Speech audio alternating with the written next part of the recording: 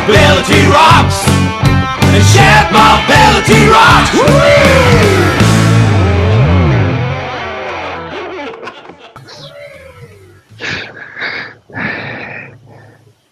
Yeah, we are ready for it. So, Colin, can you please show us your face? Because we think you are going to be the moderator of Studio Chicago, aren't we right? Here I am. Good afternoon, or evening, or morning, or whatever it is, where everybody is. First, not too fast, Colin. We Okay, just want to ask you some questions. We just have an intro presentation, and then we give the floor and the whole world to you. Is it okay, Colin? great. Okay. How are you doing over there in Chicago? What time is it over there? It's 1:01 p.m. and Okay. yeah. So, did you already had lunch? No, I can't. I'm having John Lennon-like stage fright here, so I couldn't eat all morning long. Okay. So maybe after this event, then you are more relaxed after After the this, session. I'll gorge. Yeah. But thank you so much for hosting two sessions together with RMIT University of Melbourne. You're the only host that is hosting two sessions. Thanks a lot already for this. So we're going to give a short introduction to Shared Mobility Rocks to all of you. A moment, please. So, we will share a screen and we will tell you about a bit about Shared Mobility Rocks around the clock.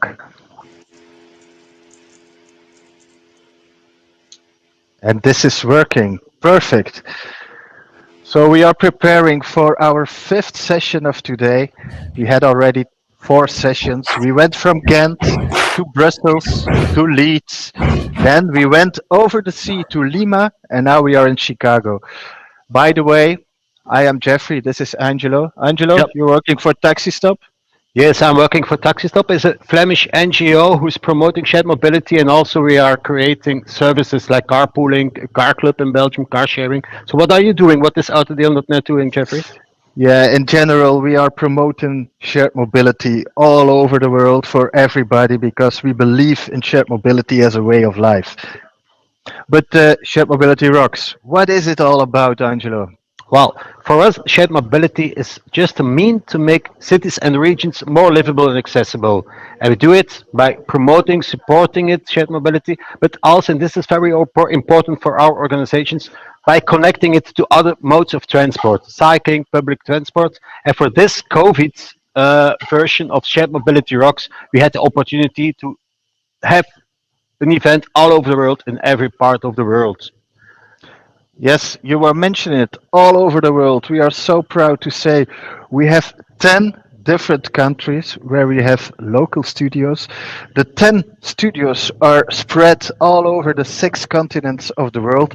We couldn't find, sadly, one local studio in Antarctica, but we are working on it for the next edition. And moreover, we have more than 70 expert speakers. So very much looking forward to that. But also, we have participants. Isn't Yeah, it? yeah, from 65 different countries, a really exotic one. So we hope to have some impact everywhere. And more than 1,000 subscribe to it. And yeah, like you know, we ask your favorite rock song. What did we do with that? We are just curious, but we also put your favorite rock song on our Spotify list. You can look for it. More than 41 hours of rock songs. Jeffrey, what is your favorite rock song? Well, considering we are in Chicago, I have to choose for the Smashing Pumpkins, and my favorite song would be "Bullet" with Shared Mobility Butterfly Wings. Yeah. Actually, my favorite rock band or song is from Lenny Kravitz, Mr. Cab Driver, but I have no idea where he is coming from. Do From you know it? Uber, I guess. From Uber, Mr. Cab Driver, yes, probably. So we have also intermezzo's, isn't it? Yes, yes. We have, after a 1 hour and a half session, we have 30 minutes. Now, the previous session of Intermezzo was 40 minutes with some rock stars, with challenges. But you can also use a networking tool from Hopin, and this networking tool gives you the opportunity to match at random 2 minutes with someone from this event. So it's like on a real conference. Yeah, and considering we are in the capital of shared mobility of the world, we're doing our own tour of Ghent. With our colleagues, we will do a challenge. We will bike or cycle 30 minutes, and we will have to look who gets the farthest away. And if you can pick the right one, you can win the world's most famous shared mobility rugs socks. It's a collector's item. Just go to our website, Shared Mobility Rugs, and there you can find everything. But enough said by us. We give the floor.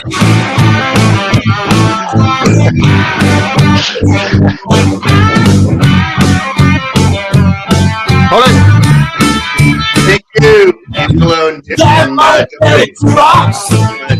Shared mobility. welcome to North America, everybody. Welcome to session 5. Rocks. Shared Mobility Rocks. Shared mobility rocks.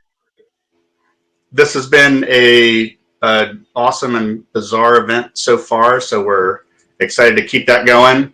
I'm Colin Murphy. I'm the research director at the Shared Use Mobility Center out of Chicago. I'll be moderating the first of our 2 discussions here today. We'll be talking about innovative approaches to micromobility. I want to thank Angelo and Jeffrey and Share North and everybody for putting together Share Mobility Rocks. And also my SumC colleagues, Alvaro Villagrán, who's behind the PowerPoint here. I'm sorry, Villagrán, and Leslie Gray for helping put this together and keep it going.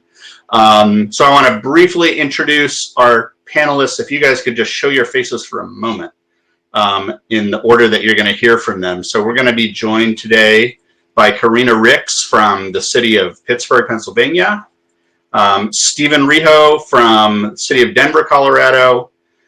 David Johnson from the Kansas City Area Transportation Authority in Kansas City, Missouri.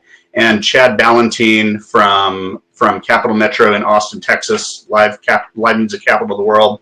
And then later on, we're going to be joined by Akoyani Adame from World Resources Institute's Mexico City office. So we brought this group of folks together because they're all from U.S. cities or transit agencies, and we have 2 of each that are all taking very intentional approaches to shaping how micromobility or reshaping how micromobility works in their cities. They're going beyond kind of reactive regulatory arrangements and are putting public goals explicitly in the center of how they're dealing with building partnerships with micromobility operators and how micromobility works in their different jurisdictions. So this has taken a lot of different forms. In some cases, it's innovative procurement and regulatory approaches like Pittsburgh and Denver have going on. And with the other 2 agencies, they're transit agencies that are working closely with micromobility operators to really guide the local shape and deployment of micromobility and explicitly point to the expected public benefits that we should be getting from wider availability of bikes and scooters, and to really identify that with what public transit agencies' core missions are and making micromobility part of the agency's brand and kind of putting it all under one umbrella. So first, we're going to spend a few minutes hearing from each of our panelists today about the things that they have going on in their cities. So we're going to have a brief presentation from each of them, 1 slide and 1 slide only, and then we're going to get into the discussion. And then at the end, we're going to have a 25-minute freeform fusion jazz jam, I think. So first, giving it over to Karina from the city of Pittsburgh. Karina, please take it away. Great, thank you. So I guess we'll go to my 1 slide, which I cheated on to give a couple of more points on it. But so I am Karina Ricks. I'm the director of the Department of Mobility and Infrastructure for the city of Pittsburgh. For our friends in Europe who don't know where Pittsburgh is, it's just right of Chicago, about 2 states. And you may recognize our mayor, who has been one of the leading champions in the U.S. Around re-entering the Paris Accord, as our previous president alleged to represent the people of Pittsburgh, not Paris, but the people of Pittsburgh very much like our planet and would like to keep it around for a while longer. So one of the things that my department is really motivated by is some research that was done by Harvard University in 2015. And it found that travel time is the single strongest factor in a household's odds of escaping poverty.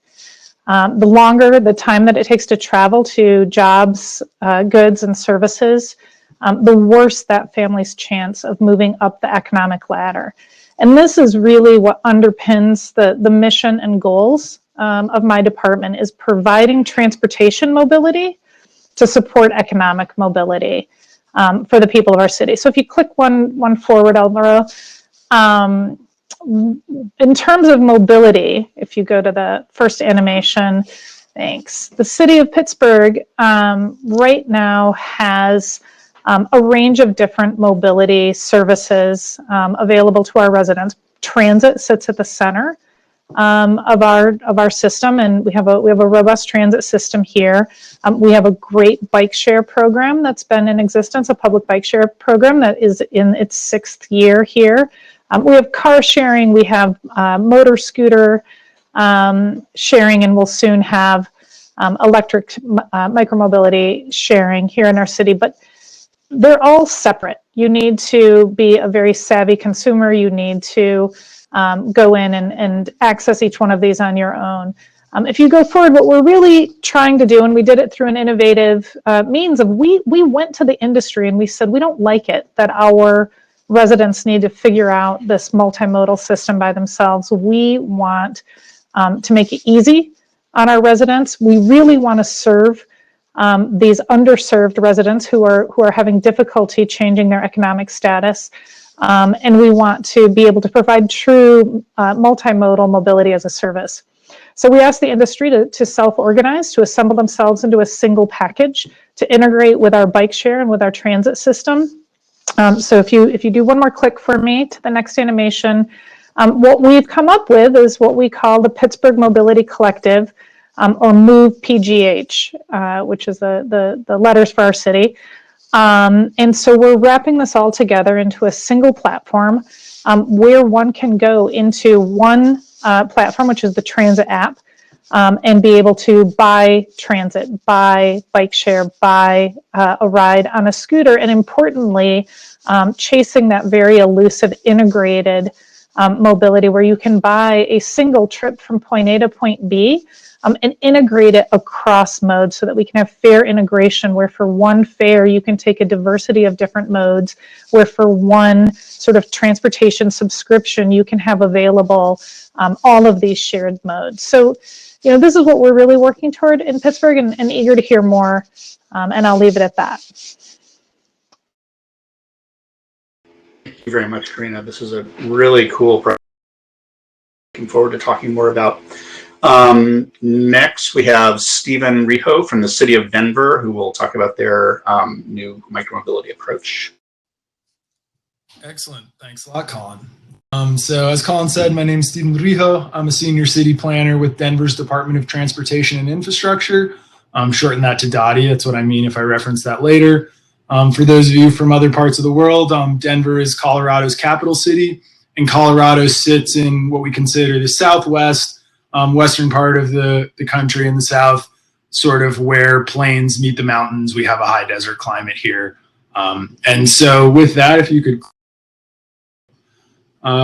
we are working on a, new shared mobility program, but wanted to just give a little bit of history that, similar to a lot of other folks, I'm sure, listening in, when dockless bikes and scooters were sort of deployed across the globe, we quickly scrambled to pull together a pilot program, offer some rules and regulations for operation, make sure that, these things were safe and at least somewhat regulated, but also didn't want to be too heavy-handed as we were figuring out this new technology, how to best make that work for folks in accomplishing our city's goals, as we have a lot of mode shift goals, safety goals, and really view shared micromobility as a key piece of that.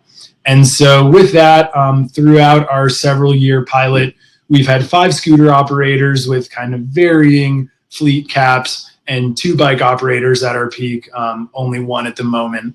And so taking a lot of lessons learned from that permit program as we build a citywide program. If you could click for me, Oliver. And so I did just want to briefly talk about another wrinkle that pushed us towards our current program we're working on, is that Denver was one of the first cities in the U.S. to launch a large-scale docked bike share system back in 2010. Unfortunately, at the 10-year kind of contract horizon, the local nonprofit of Denver Bike Sharing, who operated the system with Denver B-Cycle, decided to no longer renew with B-Cycle. And so that closed in January of 2020, leaving a pretty big gap in Denver's transportation system.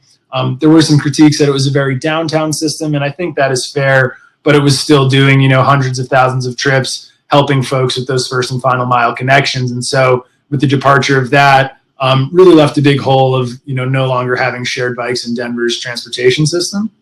Next click, please. And so with that, what we're working on right now, and I will provide the disclaimer that we're currently in procurement and contracting. So unfortunately, I do have to be a little bit vague about some things, not trying to be cryptic, but did just want to let folks know that have to dance around that as we're inking contracts as we speak. But some of the items we've been working towards are a partnership with fewer operators. So with, 6 operators in the market, crowding each other out, just competing for things was a challenge. So looking to limit that, provide a little exclusivity in the right of way. Having a requirement that 30% of daily deployments are in what we've termed opportunity areas. And so that's the map on the left here, where it's the red parts of those map. So in our pilot, again, we found out that a lot of the vehicles were collecting downtown, as we wanted this to be a more citywide program, looking at some equity indicators, places where these could, really help folks out, connected transit, various reasons, but making sure that these were spread across the entire city, not just downtown. We're also requiring that the bike quantity is at least 20% of the scooter fleet. So for an easy calculation, if your scooter fleet was 100, you would need to have at least 20 bikes. You could have more than that for a total of roughly 120 vehicles. So just keeping bikes, as that was something we found from B-Cycle was important. And then also working with these operators to have much more of a partnership approach, as they're bringing a meaningful number of free and subsidized rides and infrastructure and investment. And, we're working with them more as a partner with that exclusivity in the right of way. So quick overview on Denver's background, and really looking forward to the discussion that comes. Thanks very much, Stephen. And it's too bad we could not name names more, but I understand where you're at on the procurement front. Next, let's hear from David Johnson from the Kansas City Transit Agency. Greetings. For those not familiar with Kansas City, we're actually in 2 states, Missouri and Kansas, and situated almost at the geographic center of the United States. We serve both sides of the state line with public transportation services. So our main focus in the micromobility space has been implementing some semblance of mobility as a service. We don't charge fares any longer for our fixed route transit system. And so the payment goal is sort of, not as important to us as planning and tracking. And so we've made an effort to only work with partners who support an integration first mentality. And so those partners are listed there.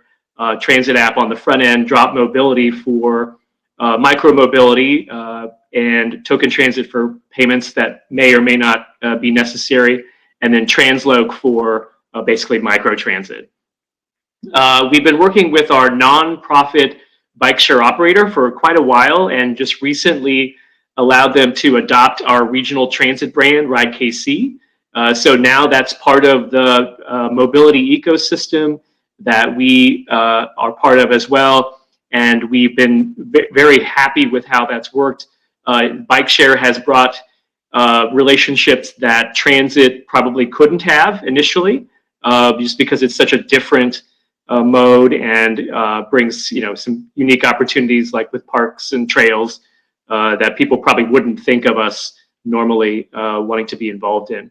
We're also embarking on an expansion this year, more focused on the Kansas side of our metropolitan region. And so we're excited to be tapping into federal funds and new local partners to make that happen. We also provide operating assistance for the last 2 years for the bike share system, and have been, as part of that agreement, bringing more infrastructure alignment between bike and bus. So on our bus rapid transit corridors, we've now made bike racks a standard amenity. It wasn't before, and trying to align with the bike infrastructure that's being built along any of the corridors that we're planning for the future, to make sure that, especially with bus rapid transit, we already have 3 lines. We're planning 5 more to make sure that there is full integration between whatever facility is built and the transit project. And that's it. Great. Thank you, David. And finally, I want to introduce Chad Balantine from the Capital Metro. Hello, everybody. Great to be here. My name's Chad Balantine. I'm in Austin, Texas, and again, it's live capital music of the world, at least self-proclaimed. And I'm the vice president at our regional transportation authority called Capital Metro. We are separate from the city, and we're separate from the county here in Texas, but we work very closely with them. Today I wanted to highlight our Metro Bike share partnership that we launched 6 months ago. But first I wanted to briefly tell the story about how we got there, because I think it's important to listen to the perspective of a large U.S. transit provider. It's not a perspective that, I mean, other than the folks here in this group, you don't hear a lot from. At Cap Metro, you know, we do a great job at running buses and train service. It's what we do. It's what we've always done. We've been doing it for decades. We're great at it. And that's what we've always seen ourselves as a provider of really bus and transit services, sort of old school. Well, several years ago, we started to try to become a little more innovative. So we ran some pilot services. We did some on-demand app-based transit services and TNC pilots, and even an autonomous vehicle demonstration pilot. And, you know, after we did those, we proudly proclaimed that now we're an innovative transit authority. Yay for us. You know, we kind of went beyond the bus. But whether you consider that innovative or not, you know, we were at least doing things that were really outside of our comfort zone and things we had never done before, which is pretty common for most transit authorities in the United States. Our most successful pilot up to this date is called Pickup. It's an app-based service that we directly operate. There's a picture of it, of the little van up on the screen there in the top left. And it's open to general public, and it's, you know, again, app-based, kind of like an Uber Lyft type of service, but operated by the transit system. It was really our first big step as an agency getting out of our comfort zone and sort of making that shift between a traditional transit authority and really a mobility provider. And that really helped us change how we thought about ourselves. You know, again, just not old school public transit. We were, you know, tiptoeing outside the box of traditional transit. So I guess fast forward to about a year ago, I think it's probably something worth talking about is the pandemic, as it took hold everywhere. When it started taking hold here in Austin, it was quite a thing for us. It was really impactful, as it was everywhere. It was about a year ago, in March of 2020, we were about to host something called South by Southwest. It's a large festival that's people from all over the world come to. Huge deal. And about a week before that started, our mayor got on the news and said, you know what, we're canceling South by Southwest. It blew us away. We had no idea. We I think then understood the impact of what the pandemic was. You know, typical Americans, until it hits us, we don't really realize the true impact of these kinds of things. But, you know, we got unclear information about what COVID-19 was. Our leadership at the federal level was obviously kind of missing in action and not really providing a lot of leadership. We saw people here in Austin starting to go hungry. Passengers were staying in their homes. They weren't riding transit. My transit employees were scared. They were scared of showing up to work and getting COVID from fellow passengers, or another scenario of not coming to work because we have no passengers. And so it was a really scary time for a lot of folks. And I hate to say the word, but I think there's no other word, but unprecedented is obviously very clearly, accurately explains what we were going through. But in March of 2020, so a year ago, our agency really changed forever. We had almost an awakening, I would say, because we stopped worrying about regulations and rules and really decided we needed to respond immediately to the crisis. And as a transit authority, we have assets in the form of people, and we've got vehicles. We have all of those kinds of things. So we were best situated to help, even though it's way outside of our comfort zone and it's nothing we'd ever really done. So we did it. We threw out the rules. We threw all the rules out the window and jumped feet first into trying to figure out how we can really be truly innovative and really help and do things that were very different for us. So, keep in mind, we're government employees, and so it's always very difficult for us to get outside of our boxes and think outside the box and really try to do things that maybe don't already have a path that's been put forth in front of us. So we started delivering food to people rather than bringing people to the stores. We started bringing, our buses have Wi-Fi. So we actually started parking our buses in some of the apartment complexes around town where people didn't have access to internet or good internet because, everyone's at home. Students are now learning from home, and a lot of folks didn't have reliable Wi-Fi. We then moved to delivering diapers, school books. We even delivered diplomas from one college as their folks were graduating online, of course. So we started looking at ourselves really differently, and I think we started to think about mobility in a different way because the definition really expanded for us, and it included connecting people to essential goods and needs. Even if the people weren't being transported themselves, we were connecting people and making connections. And so there was a really huge human-centered approach to what we were doing. And so again, we really started seeing ourselves through a different lens of being a mobility provider. And so we knew our days of only providing traditional public transit were over. And that's pretty cool, actually. But that is when it really became clear that we could no longer ignore bikes as part of the mobility landscape. It just so happens bike usage began to skyrocket in Austin, just like it has all over the world. And we'd always talked about getting involved with the city's aging bike share in years past, but there were so many legal entanglements and operational hurdles that we just never made it happen. And again, we were a traditional transit authority, so we kind of saw bikes as sort of outside of our core business. But after COVID hit and we started really thinking differently about everything top to bottom, we really had I'd say a mobility rebirth at our agency, and we couldn't keep kicking the can down the road with bikes. And so it was really a difficult undertaking for us because it was a very complex thing that we had to put together because the city owned it, a nonprofit was operating it. But we were able to pull a lot of the elements together. Full disclosure, the Shared Use Mobility Center helped by providing some technical assistance in bringing some of these pieces together. Along with the city of Austin, with their help, we made it happen. And so we took the city's aging bike share program that was about 8 or so years old and rolled out a new Metro bike program about 6 months ago with a goal of making it all 100% e-assist bikes and plans for a very massive expansion of the program. Because now it's the right time. We see that, with the pandemic, people are using the bikes and it is increasing people's desire to use these shared mobility types of services. So in general, here are the details. We created a complex but necessary governance structure with the City of Austin and Capital Metro, where we share financial contributions. The nonprofit service provider still runs the operations on a day-to-day basis with shared oversight between our agency and the City of Austin.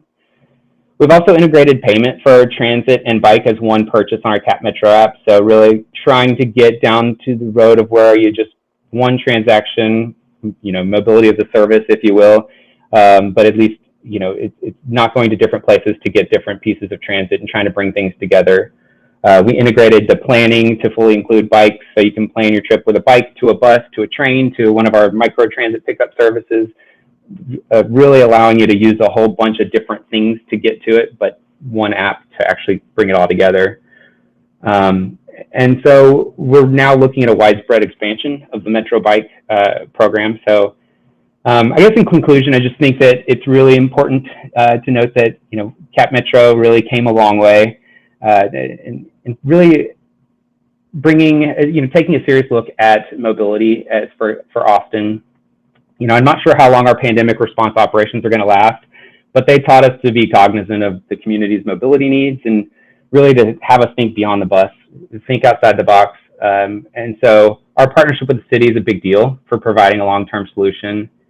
And we really do think that, this is going to be a vital part of providing mobility for a long time coming. And we're kind of excited to see what we will be open to now with the mobility landscape, just knowing that we're no longer afraid to break the rules. And so it's kind of an exciting future for us. And with that, I'll hand it back to Colin. That was great, and you set up my first discussion question beautifully. So kind of going off the Great Awakening idea that Chad talked about, could you each talk about what it was, or what confluence of events triggered the need for innovation or a changing approach where you were? Like what was working, what was not working, that pointed to the need to try something new and to situate your agencies in a new way with regard to these new services. Karina, do you want to start that one off? Sure. So Pittsburgh is a very, very hilly city. Lots of hills, lots of rivers, lots of topography, and lots of challenges for us. We have very skinny streets and equally skinny sidewalks. None of them on a nice grid like what Chicago and Denver and other cities enjoy. So what triggered it for us was really the onset of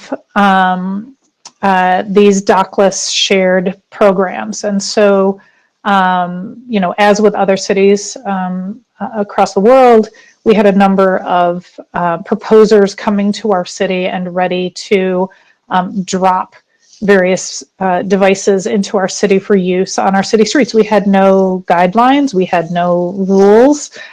We knew that we really, really wanted to support and preserve our public bike share system, which is key to our city. We knew that we needed to keep transit central to our system. And so we didn't want this, numbers of these dockless providers to come such that the city would kind of be back on our back foot trying to manage them. So instead, what we wanted to do was bring just one provider of the different types of modes that were coming. So, we would offer to them essentially exclusivity in our city. You will be the only e-scooter provider. You will be the only moped provider. You will be the only car share provider. But in exchange for doing that and for having this captive market, we expect you to iterate with us so that we can try new things like fare integration, so that we can try new things like different form factors that serve people of different abilities or different kinds of trip purposes. We do one thing that kind of is a little bit of an organizing principle for us around micromobility is, we want to challenge our micromobility providers, both the public bike share and others, to satisfy two different kinds of trips. One is a trip that you can bring 2 bags of groceries home from the grocery store with you. The second is that you can bring a school-aged child to their school or to some other errand with you. Obviously, micromobility doesn't really satisfy that right now, but those are the trips. If we're going to promote economic mobility, which again is our really mission in this, we need to recognize that there's different kinds of essential trips that need to be made. So it was really this inundation of different dockless private offerings that we held at bay in favor of pursuing just one partner so that we could have this closer relationship to solve the real problems that we thought needed to be solved. Thank you, that's great. Can you, real quickly, for people who might not have heard them before, can you go through the mobility principles that Pittsburgh has established, if you have them Yeah, we have 5 goals. I think that's what you're referring to. So we have the 5 goals, which is first of all that Vision Zero, no one is killed or seriously injured in our city. 2, that every household can get to fresh fruits and vegetables within 20 minutes travel of home without requiring a private automobile, so they can buy their ice cream and get home before it melts. That every trip less than 1 mile or 2 kilometers is most enjoyably made by walking, rolling, or biking. So really trying to convert those short distance trips. And then finally, that no household needs to spend more than 45% of their income on basic housing and essential mobility. The 5th one is that our streets reflect the values of our city, which we think is really important. We're the city, if you're familiar with Mr. Rogers, he is our neighbor, was our neighbor here, and that is what Pittsburgh really sees itself as. Unfortunately, not all of our streets really convey that kind of love that Mr. Rogers did. So we're working on that too. That's great, and the legibility of those goals, I think, is what makes them so compelling. David, could you take the question about what it was that let Kansas City know or KCATA know that you needed to do something new? Well, I'm a user, so my bike was stolen about the time that our original bike share system, which was B-cycle based, launched in 2012. So I just was familiar and found it useful. Then when I joined the agency later, it was a survey of bike share customers that really kind of set me down this path of making sure we had a strategy and worked very closely with these partners. And it was just saying how what percentage of trips, bike share trips, ended at a bus stop.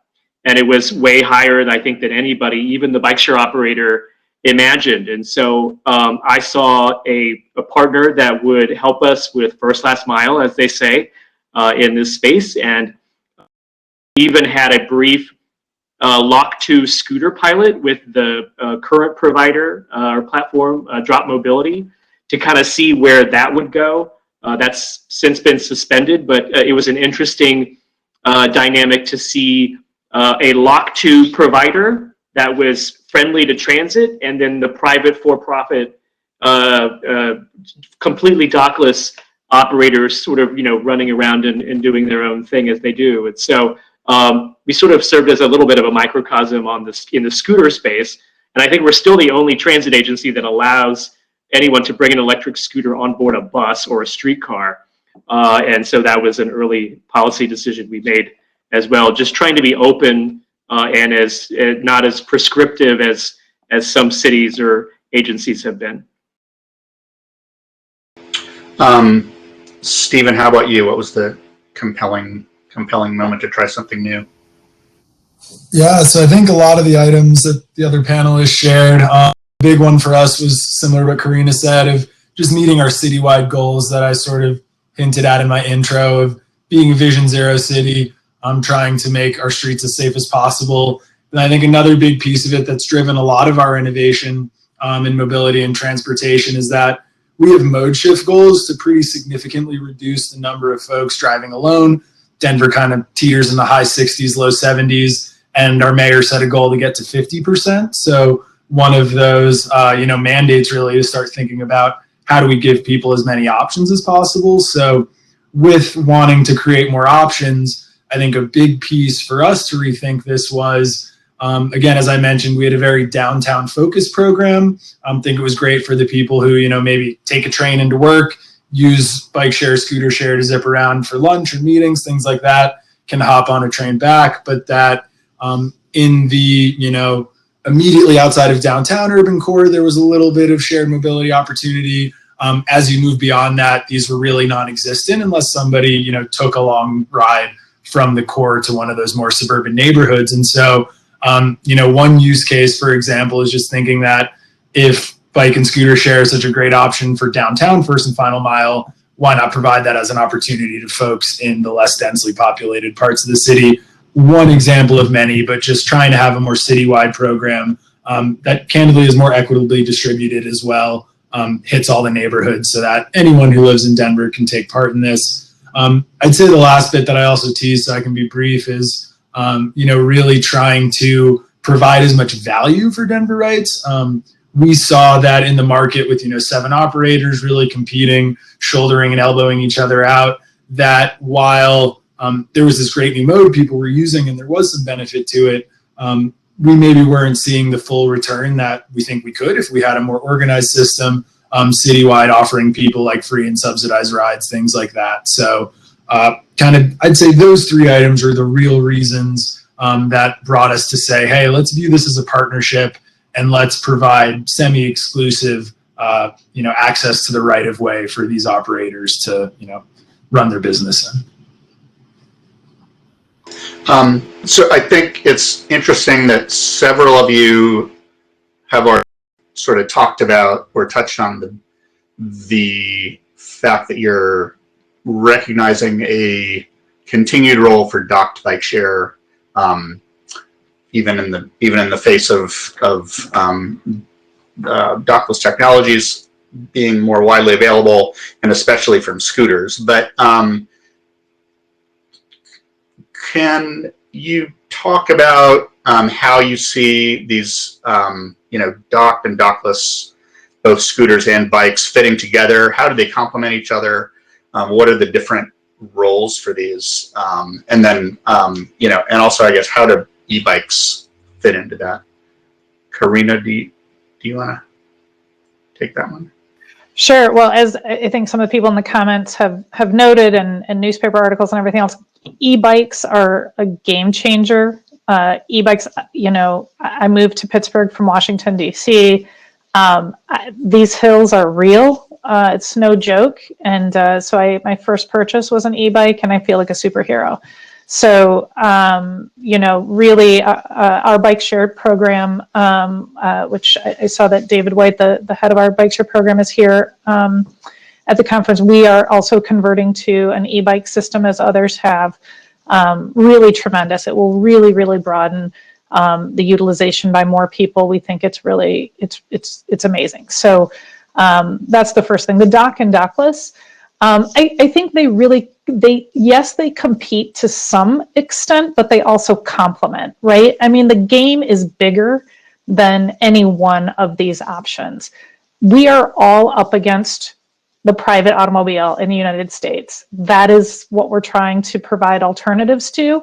If we can reduce that dependency on private automobile travel, if we can reduce that individual privately held, vehicle ownership, we all win. We get more transit trips, more bike share trips, more e-scooter trips, more walk trips, more of everything. So, the dockless helps to fill in the gaps where the docked system is not always going to be there. There's cultural differences. There's different preferences in sort of the form factor that people want to take. But we are kind of taking an all of the above perspective on this, because that is the end goal, is to really kind of change the way that we make trips. And I think the pandemic, has been the biggest disruption. Pittsburgh, home of the autonomous vehicle, we were all expecting big disruption from that. The pandemic has been the game changer that has had us, reevaluate everything. Chad, in Austin, it seems like a big part of what motivated this, at least the micromobility approach, was really preserving, explicitly about preserving bike share as part of what was available to people. Can you talk about the motivation there? Yeah, it's I think the community sees it as a really big value, and they didn't want to see it go. And we thought that there was a lot of value in saving it. And when it comes to bike shares and having it being operated by the city and by the transit authority, there's a level of reliability that you always get with that as well. So you're not as beholden to private companies. If we learned that, right after the pandemic, we did see that the bike share bikes, the dockless bikes, were there, while a lot of the private companies, they took their toys and packed them up and put them in a warehouse, and they were not around. And so, it was very interesting to see that, there was always going to be that baseline of availability for the bikes. We learned that lesson over and over again, that there's some reliability, some basic level of reliability that you need to rely on. We just had a snowstorm here, and our power, we did not have a baseline level of reliability with our energy. And so with all the private companies, there was no solid, steady source for electricity. So similar to that, we just want to make sure that there is always some level of availability. And, as festivals come and go, there's music festivals where every week here, but, and as those happen, it's great. It actually does help, bring in the private providers, all the dockless. We welcome it. Because again, I think Karina's exactly right. The single occupancy vehicle is really the enemy here. And, we're fighting against a built environment that really encourages that, especially in the United States. We've built so many streets, and everything we build is usually for vehicles, and so we're fighting against that. So I think that's really helpful. And then just as a side note with the e-bikes, I do think that they are pretty awesome. They really allow us to have a wider range of ages of folks who can use the bikes, and also, physical abilities. So it expands the folks who can actually access the bikes. And also, when it's 105 degrees here and I'm in a suit going to work, it actually is doable to do it on an e-bike, because I'm not sweating on an old, heavy clunker going up some of these hills. So there's a lot of value in the e-bikes too. I'd like to talk about, so I know all of your programs have different ways of thinking about and building equity into how you're doing things. So in some cases, you've got the explicit equity areas, like in Denver. Elsewhere, it's more of a citywide approach. I'm curious in contrasting your considerations and thinking through those. I'm curious about the contrast between we have two fast-growing cities here, Austin and Denver, and we have two slower-growing cities in Kansas City and Pittsburgh. I'm wondering how you approach the equity question and thinking about making your services, or making the micromobility services in particular, as widely available as possible. David, could we start with you there? So I kind of touched on it in my comments. An operating subsidy is how we're making sure there's good coverage in the region. And that's not the only approach, but it's the path that we chose. Our core city, Kansas City, Missouri, had already invested in bike share operations, and having a nonprofit operator certainly helps there as well. And I think our scooter experience, where the devices were essentially donated to us as part of a pilot with Drop Mobility, we got a firsthand sense of what it's like to maintain both types of devices with the same team, and that we just are flummoxed that people are saying they make money with scooters, because it doesn't appear, at least in our example, to be possible. And so that's why we ended the scooter pilot with Drop, because it was taking resources away from bike share, which in our market seemed to be more about commuting and first last mile than other devices. And so I think there's also the Lot 2 thing that certainly played into our decision to invest in Drop, because they believe very, very strongly in that. And it was a good extension of what we had already experienced with B-Cycle. Talk a little more about that, the operations cost piece of that. Was it the cost of actually maintaining the devices, or rebalancing and moving them around and getting them where you needed them? Where was the expensive part? So, this was, I shouldn't say it was early, but it was, first of all, it was Drop's first device, and it was custom designed for shared use, not a consumer device that was adapted and evolved, which is a different model. But it was, swappable batteries,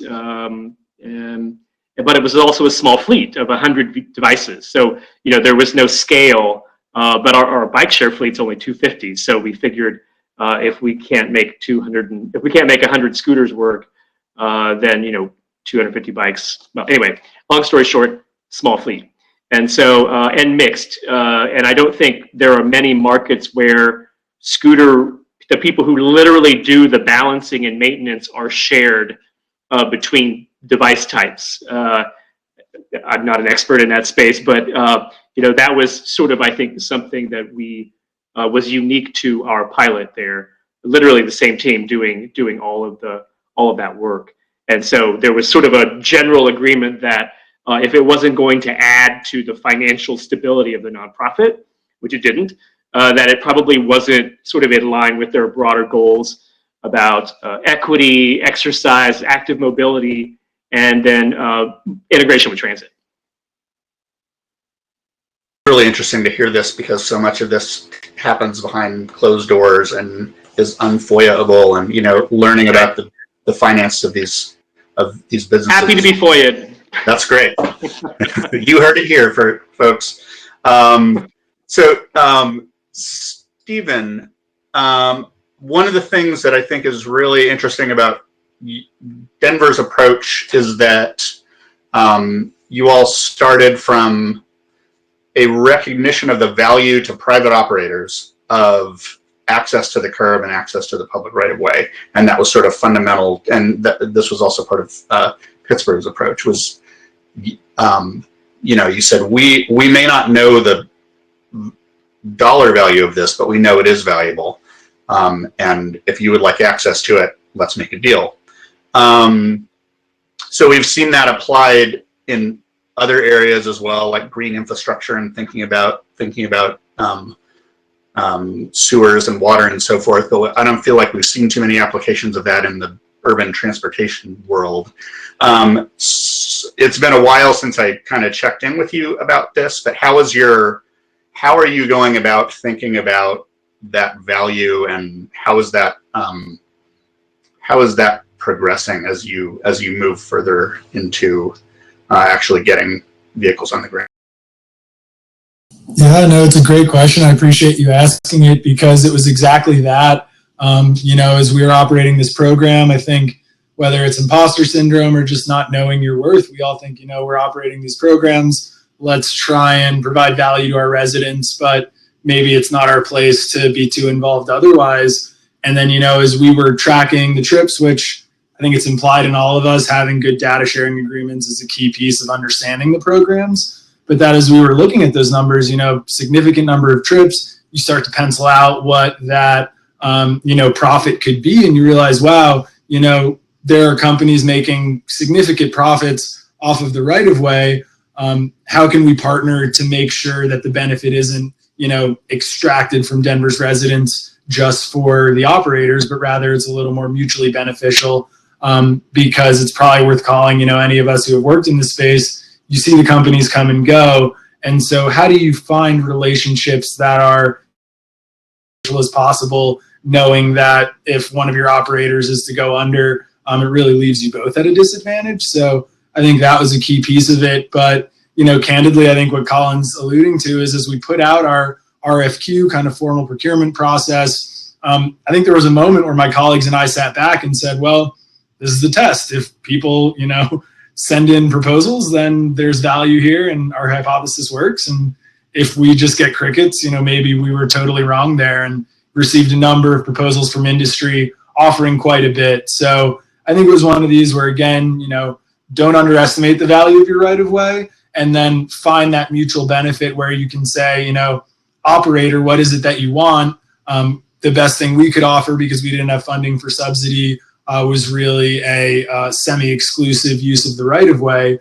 And so providing both longer term agreements that, protect some investments in the time horizons while also providing some exclusivity, we were able to then ask for a lot more. And yeah, I think have some great things coming very soon. Karina, can you take that on from your point of view? Yeah, I want to talk a little bit about the equity side of things, and how we're approaching it.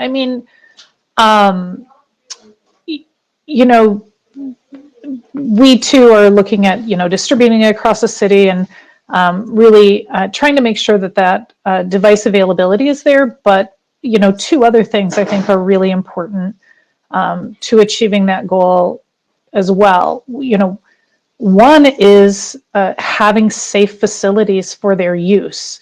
So Pittsburgh, like a lot of other American cities, not the most comfortable place to use, you know, small devices that leave you very exposed to the elements and 3,000-pound vehicles next to you. So, you know, we're working with People for Bikes and others to dramatically expand our, like Denver is doing it as well, really wildly expand our safe bicycle facilities, and we call them Bike Plus facilities, in recognition of the fact that now these same lanes that we're creating are going to need to accommodate speed differentials, because we'll have pedal bikes going up, you know, 15% grades, and likely being overtaken by electric assist devices that are able to take those same hills, you know, much faster than they are. So one is providing those safe facilities so that our most vulnerable street users can have a safe place to use these devices, that we're not just dropping them into communities of need and hoping that they'll survive in the wilds of our street, but redesigning the street for them. And then the second thing that we're doing is really working with sort of trusted partners and validators. Again, you know, the vaccine effort right now that's underway has shown us a lot of what it takes to really introduce these new kinds of devices, these new kinds of mobility. And I think the transit agencies, this partnership with transit is amazing, because they have a long-standing relationship and they are a trusted advisor and a trusted partner with some of these low mobility communities. And so we're also working with various nonprofits to really proactively outreach, you know, speaking, you know, as people are filling out job applications or getting a resume help or job placement assistance, that same trusted person that's helping them with that can say, how are you going to get to that interview? How are you going to get to that job? Might I introduce you to, you know, this diversity of services? And then finally, working with our foundation community, and Pittsburgh is very lucky to have a large philanthropic community here that we do hope to pilot. We are one of the cities piloting universal basic income with a small number of people. We hope to also be able to demonstrate universal basic mobility through the Pittsburgh Mobility Collective, and see if we can overcome this hurdle of access and transportation with a diversity of different modes. So there's not one size fits all, but with a diversity of different modes. If we can give them that reliable access to get to those places, do we see different kind of outcomes, life outcomes, health, economy, education, other kinds of things happening. So we're working on a number of different fronts there. The outreach question or approach that you outlined, that's an interesting part of this, because I think with the kind of programs we're talking about, especially with tying it more explicitly to extending the public transit network, we're also talking about kind of getting beyond the core shared mobility, you know, the early adopter base of people who might have been the first ones to jump on scooters. I'm interested to hear from any of the others, and you could just raise your hand if you want to take this one, about your outreach and marketing efforts, and especially how you're reaching audiences who may be, or groups of riders or potential riders who may be beyond, you know, who the scooter guys. So Chad. Well, and I think a lot of this is really a discussion about equity, and you know, we have really been racking our brains here in Austin, just trying to answer the equity question and really trying to figure out how to address it. You know, our city's growing; it's doubling in size every 20 years. Elon Musk last week or so said that Austin's the next boom town, and that all sounds great and fun and everything, but it actually is can be a little bit frightening, and it really makes the task incredibly difficult because, you know, we're actively trying to identify where communities are that need, you know, that have equity concerns, but those are shifting so quickly and gentrifying so quickly that even the data we have isn't really keeping up. And so we're constantly chasing to try to find, you know, where there are folks that have needs and where the ridership is and where it needs to be. You know, we have goals. Our city of Austin regulates all of the dockless providers, and, you know, as a condition for coming to the city of Austin, you're required to put dockless and mobility devices in certain areas of equity, as well as, you know, for that downtown core where they know the profits are going to be.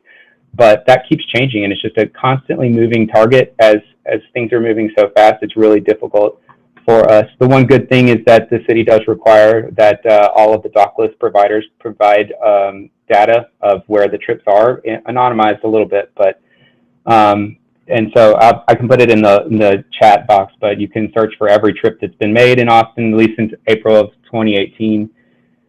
Because the data is moving so quickly, we're trying to have as many people out there try to help us identify where we need to be focusing some of our efforts and our resources.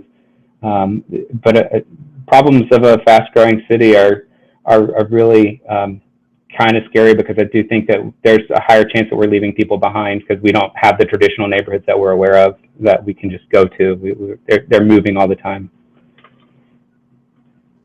That I saw you put a link to your bike share equity program, and I understand that's partly about creating sort of a lower barrier to entry, but can you talk about what you're doing there? Yeah, so I think there was a realization that the nonprofit, and they sort of started this independent of our collaboration.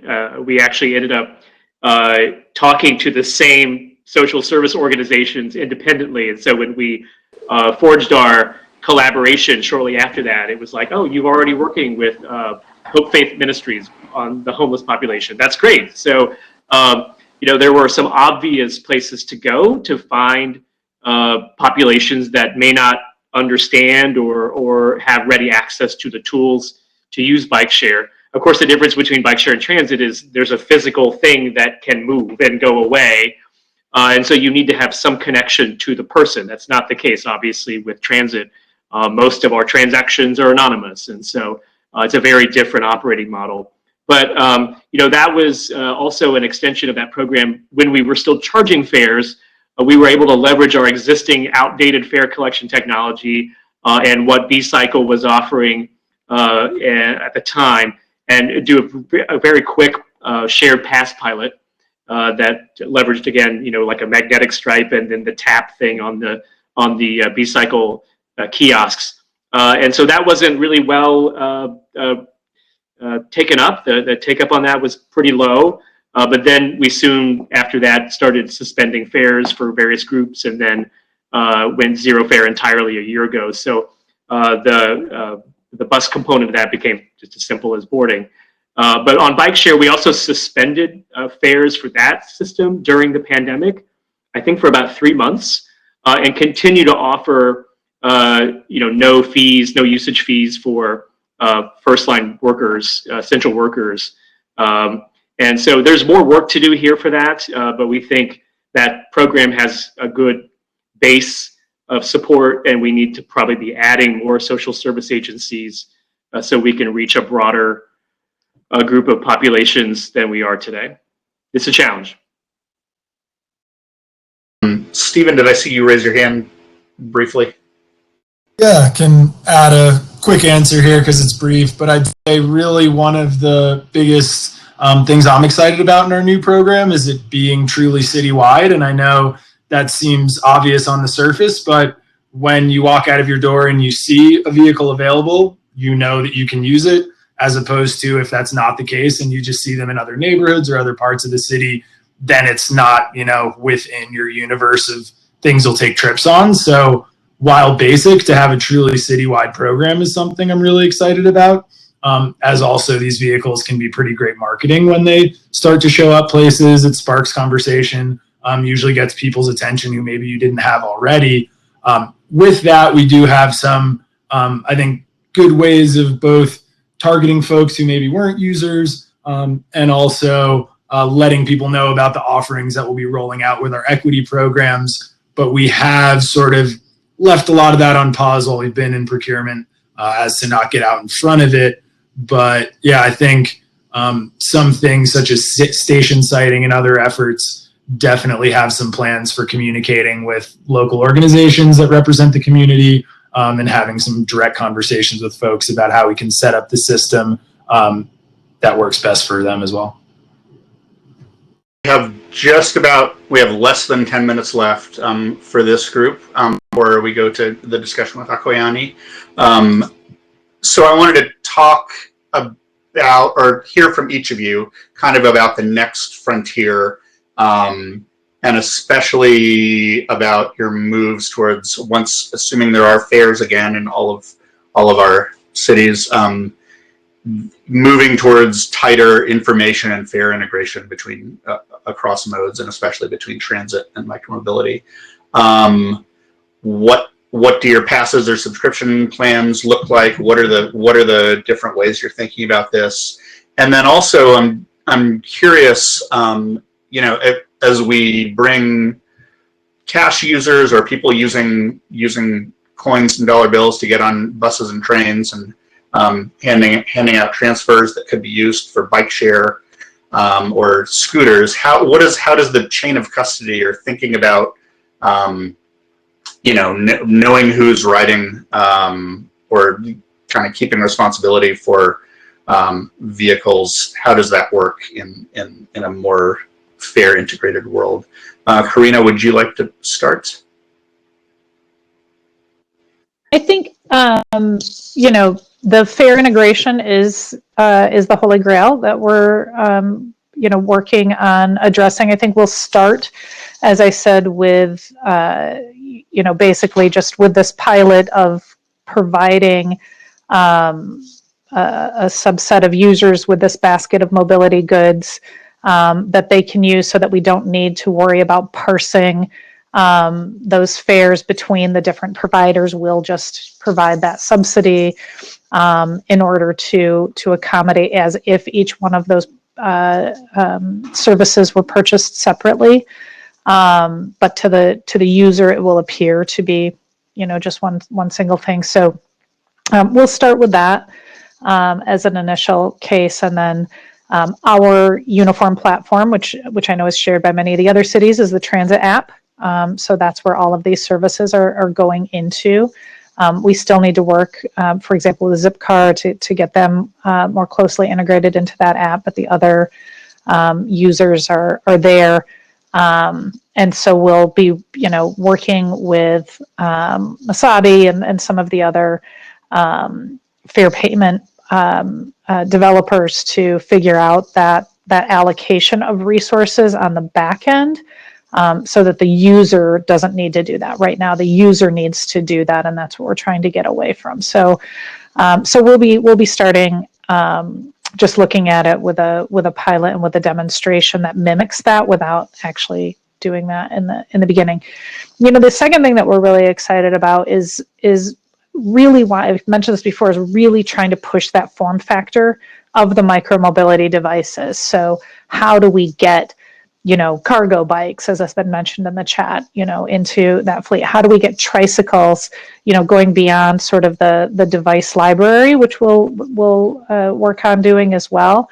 But how do we really broaden the usability of these micromobility devices? And so we'll continue to push our providers in that direction again, with the intention that we can make these usable for older adults, for different trip purposes. So those are sort of the two things that we'll be focusing on. Great. I can't wait to go back to Pittsburgh once this is all over. Stephen, you want to sort of tie it up? Briefly kind of touch on that there. And so I think for Denver, next steps are right, launching this program, figuring it out, seeing how we can drive trips as high as possible, because I do, we'll be candid that, so I sit on our transit planning team, historically managed our contracts with the B-Cycle program. And when these new vehicles came on the market, I was not, hesitant to allow them, but rather curious to see what the adoption would be. Seeing our city with a population in the 700,000 range, putting out millions and millions of trips on these in the first few years, it sort of highlights that people enjoy these, so let's meet them where they are. I think that was a big piece of this. And so with Dottie, my department, we've really started to expand our transit operations, starting to look into some neighborhood kind of shuttles and circulators, sort of filling the gap between our regional transit provider, their shorthand is RTD, and maybe an Uber and a Lyft, so kind of trying to fill that middle ground a little bit. And so from an integration standpoint, anything the city's doing will work really hard to integrate. Thankfully, our regional provider in RTD, they're working with a technology company, Masabi is who their provider is. And so they're really working as kind of the main regional trip and fare integrator to bring that all together. So I think partnering with RTD on the lead there, but then with the city taking a much more serious step into the transit world, that'll be a key piece of it. But yeah, otherwise, getting these in as many folks' hands as possible and helping meet our citywide mode shift goals are really our focus here. David, can you talk about the next frontier in Kansas City? Yeah, I think I mentioned earlier that we're currently zero fare, and we do intend to stay that way for fixed route transit. So it's just a matter of we've set the policy goal along with our municipal partners, and so we're going to stay with that as long as we can. But prior to that, we picked partners that were integration first, and I think that we've made good choices. So transit app, token transit, and drop mobility. And so that has made whatever work we need to do in the future, if fares return or there is a component where a subscription model with multiple services bundled, that we have willing partners that are thinking about integration first rather than after the fact, after the contract is signed. So that's kind of been our approach. And it's really good to have your agency. As someone who works at a transit agency, I have to kind of shout out for us that we're sort of uniquely positioned to be integrators because we're already offering multiple services anyway. Most agencies do more than just bus, paratransit, and flexible, demand responsive microtransit, all kinds of things. And so we're good at meshing services that have different designs. And I think that's something that you should rely on your transit agency to do, even if they're not really quite there yet. They are uniquely positioned, I think, to be that integrator, and that's what we're trying to do here. Interesting that we keep hearing the same name of vendors coming up. It seems like there's a reason for that. Yeah. Chad, do you want to take us out with what is next for in? Yeah, I mean, everyone's kind of touched on it. Fares are really one of those things that we struggle with as a transit authority, and it's very interesting, David's approach in Kansas City, and I think that's something we've thought about is, public transit isn't a money-making venture. I don't think it might have been 100 years ago, but it's not what we're here for. Fare recovery ratios in most cities are pretty abysmal, but that's not really why we're in the business of running transit. And so, we've often had the discussion of is our fare collection software and all of our resources costing us more than the actual fare that we're collecting? Hard to say. In some cases it probably is, but identifying a way to get to cashless, that is a holy grail, I agree. And if we can get to something that's a little bit more ubiquitous, something easier, that's what we're really trying to work towards. We've got a system now where you can buy fares at the 7-Eleven at all of the convenience stores all around town now, so you can access fare payment through those modes, so we don't actually have to take the cash on board. We still do as a requirement, but we're really just trying to find a way to simplify it. And it's not, it's obviously a very big concern for us at the equity level for lower income folks, but just across the board for usability too, for just trying to attract users. Having a shared payment structure that allows me to get on a bike and get on a bus and get on a train and get on everything, that's a huge deal. And I think Europe has figured that out, and Asia has figured that out a lot faster than we have. And we're still trying to figure that out, but we really want to become either get past the fare barrier somehow, whether it's not charging fares or just making it super easy. That's just one of the challenges that we're really looking at. This is great. Well, thank you, everybody. I really appreciate your taking the time. Karina from Pittsburgh, Stephen from Denver, David from Kansas City, and Chad from Austin. This has been a great discussion, and I believe people will be able to follow up with you guys. I know we're still getting some discussions in the chat, but if we we'll get people connected with you guys if they have more questions. So thank you all for taking the time today, and you are dismissed. You may go rock into the night. And I will take it over now to our friend Akoyane Adame from WRI in. Oh, hang on, DJs. Okay, there we go. Thought the DJs were taking. So the last few minutes that we have, I want to welcome our friend Akoyane from WRI, and we are going to talk about a project that Shared Use Mobility Center and WRI and NUMO collaborated on. Welcome, Akoyane. Do you want to introduce yourself and talk a little bit about the Micromobility Policy Atlas? Yes, of course. Can you hear me? Yeah. Hi, everyone. Thanks, Colin, again for inviting us. Yes, well, briefly, I'm Akoyane Adame. I work as an urban mobility analyst in the World Resources Institute in Mexico. Well, the World Resources Institute is a global research organization. And today I will briefly introduce you and present you the Micromobility Policy Atlas, a collaborative project developed between New Mobility Alliance, NUMO, the World Resources Institute, and the Shared Use Mobility Center. The Micromobility Atlas is a centralized repository of information on regulatory framework and policies of micromobility around the world.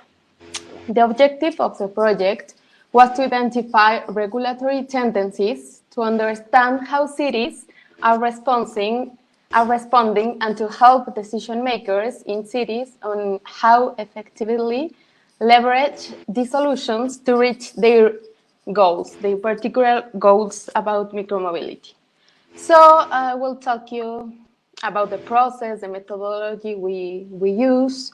So we conducted first an analysis to define the data collection through the NUMO Mobility Atlas. That is an open source platform that maps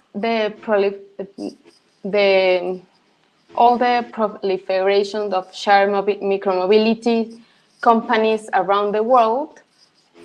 And in this map, we see the relationship of companies working, and this was the base information for us to first identify this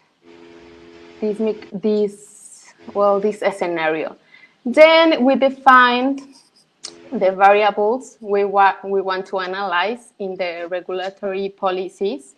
So we defined 19 regulatory variables like customer service, parking restriction, data, maximum speed, fees, area operation, equity, fleet cap, etc. Then to define how many cities we were going to analyze, we based this decision based on representative and geographic diversity, and if there was available official governmental regulatory resources. So with this information, we built a data collection format, and in this format, we fill each entry across the variables we choose. And well, we analyze totally 80 cities. We have a overrepresentation, as we will see, in the regions of North America, Latin America, and Oceania. And we have few cities analyzing Europe and Asia, because, well, the language also was a limit. And, well, the results, the overall results indicated only if a variable was included or not, because this is a first analysis, and binary analysis, just if yes or not. So therefore, this analysis does not seek to determine whether a variable is positive or negative. No, this needs a second level of analysis, and to understand the pilot, the permit, and the official impacts in each cities. No. So now we will show you a live demo of the atlas to you understand and explore yourself these cities. So please, Colin, if you want to.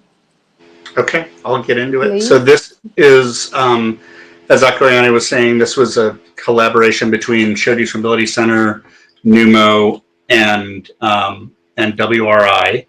And so this is a freely available resource. It's on the Shared Usability Center's Learning Center for now.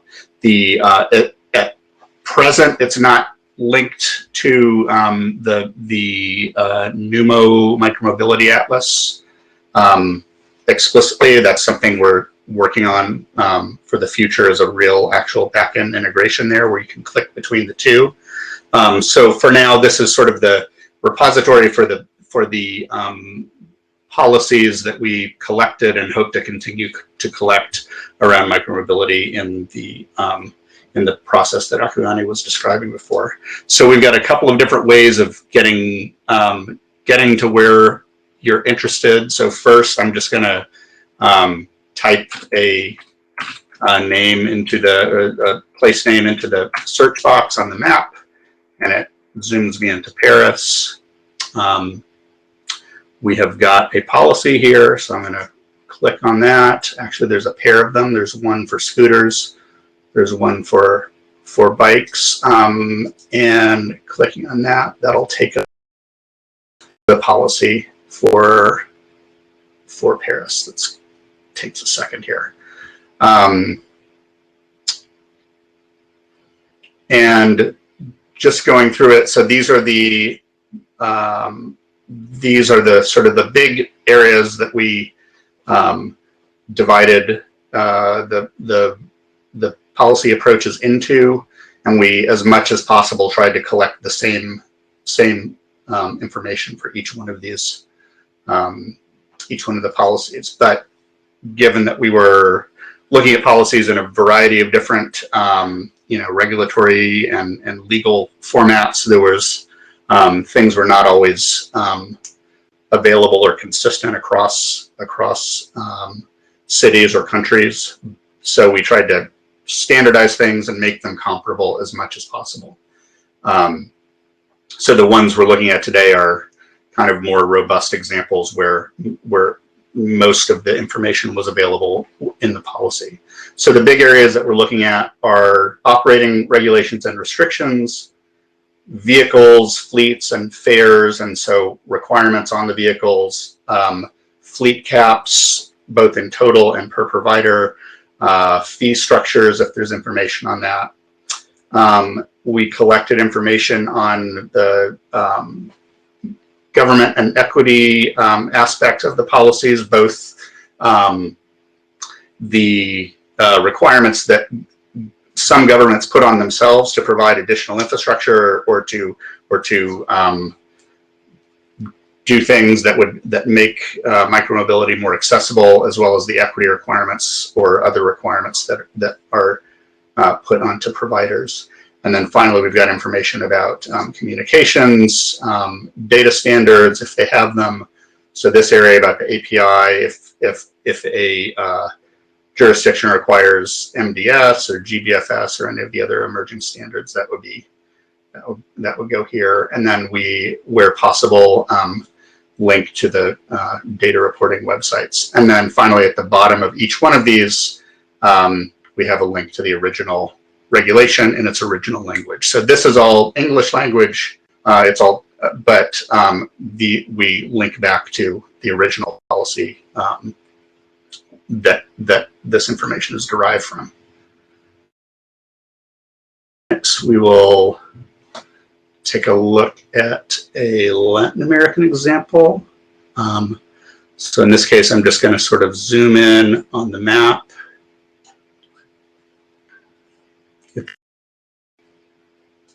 Let's try this one.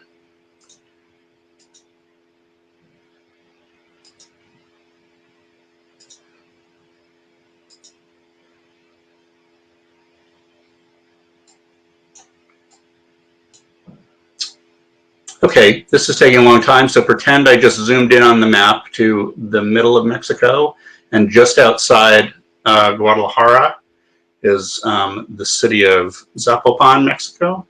And so this is another example here. So you can see this is Guadalajara, which is the big urban area, and then Zapopan is a part of that big urban area as well. So this is another example. Akuyani, do you want to, anything particularly interesting about this one that you wanted to highlight?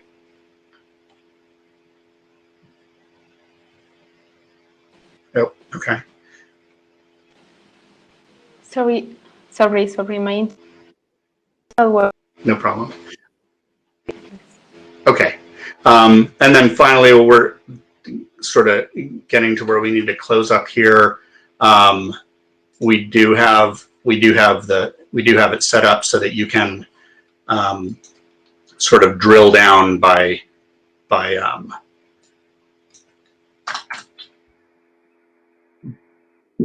specific, like as if you're looking for items on, like you're shopping for shoes, you can drill down here. So looking for pilot and permanent pilot programs for both bike share and scooters. I'll narrow this one to the US. And there's Seattle. So we'll take a look at the Seattle policy. So that's another way of getting into this all. So that's the micro policy atlas. I don't want to sit you through wading through a spinning thing, but this is an exciting project. We hope to continue to expand this as we go on. So we did our initial wave of data collection last year, and established the framework for this. That we're excited to continue to use, and this will continue to be available on the Shared Use Mobility Center website. So with that, thank you very much, Akuyani. Thank you again to our panelists for the first part of this session. This is Chicago out, and I guess I hand it back to the DJ now. I don't know how this works. Yeah, thanks. Take it over, Jeffrey and Angela. Thank you. Thanks a lot, Colin, and thank you, everyone. Really interesting to see this micromobility atlas. So thanks a lot for sharing this with us and the rest of the world. Thank you. I will unshare my screen, and take care. Take care. Have a good evening or morning or whatever it is where you are. Almost night. Bye. Thank you. So before we go to another intermezzo, we're gonna show you a video of the Shared Mobility Rocks guide. Feel free to jam with us.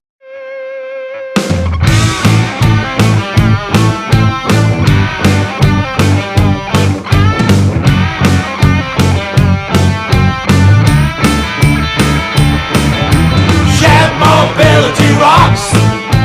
Shared mobility rocks. Shared mobility rocks. Shared mobility rocks. Woo!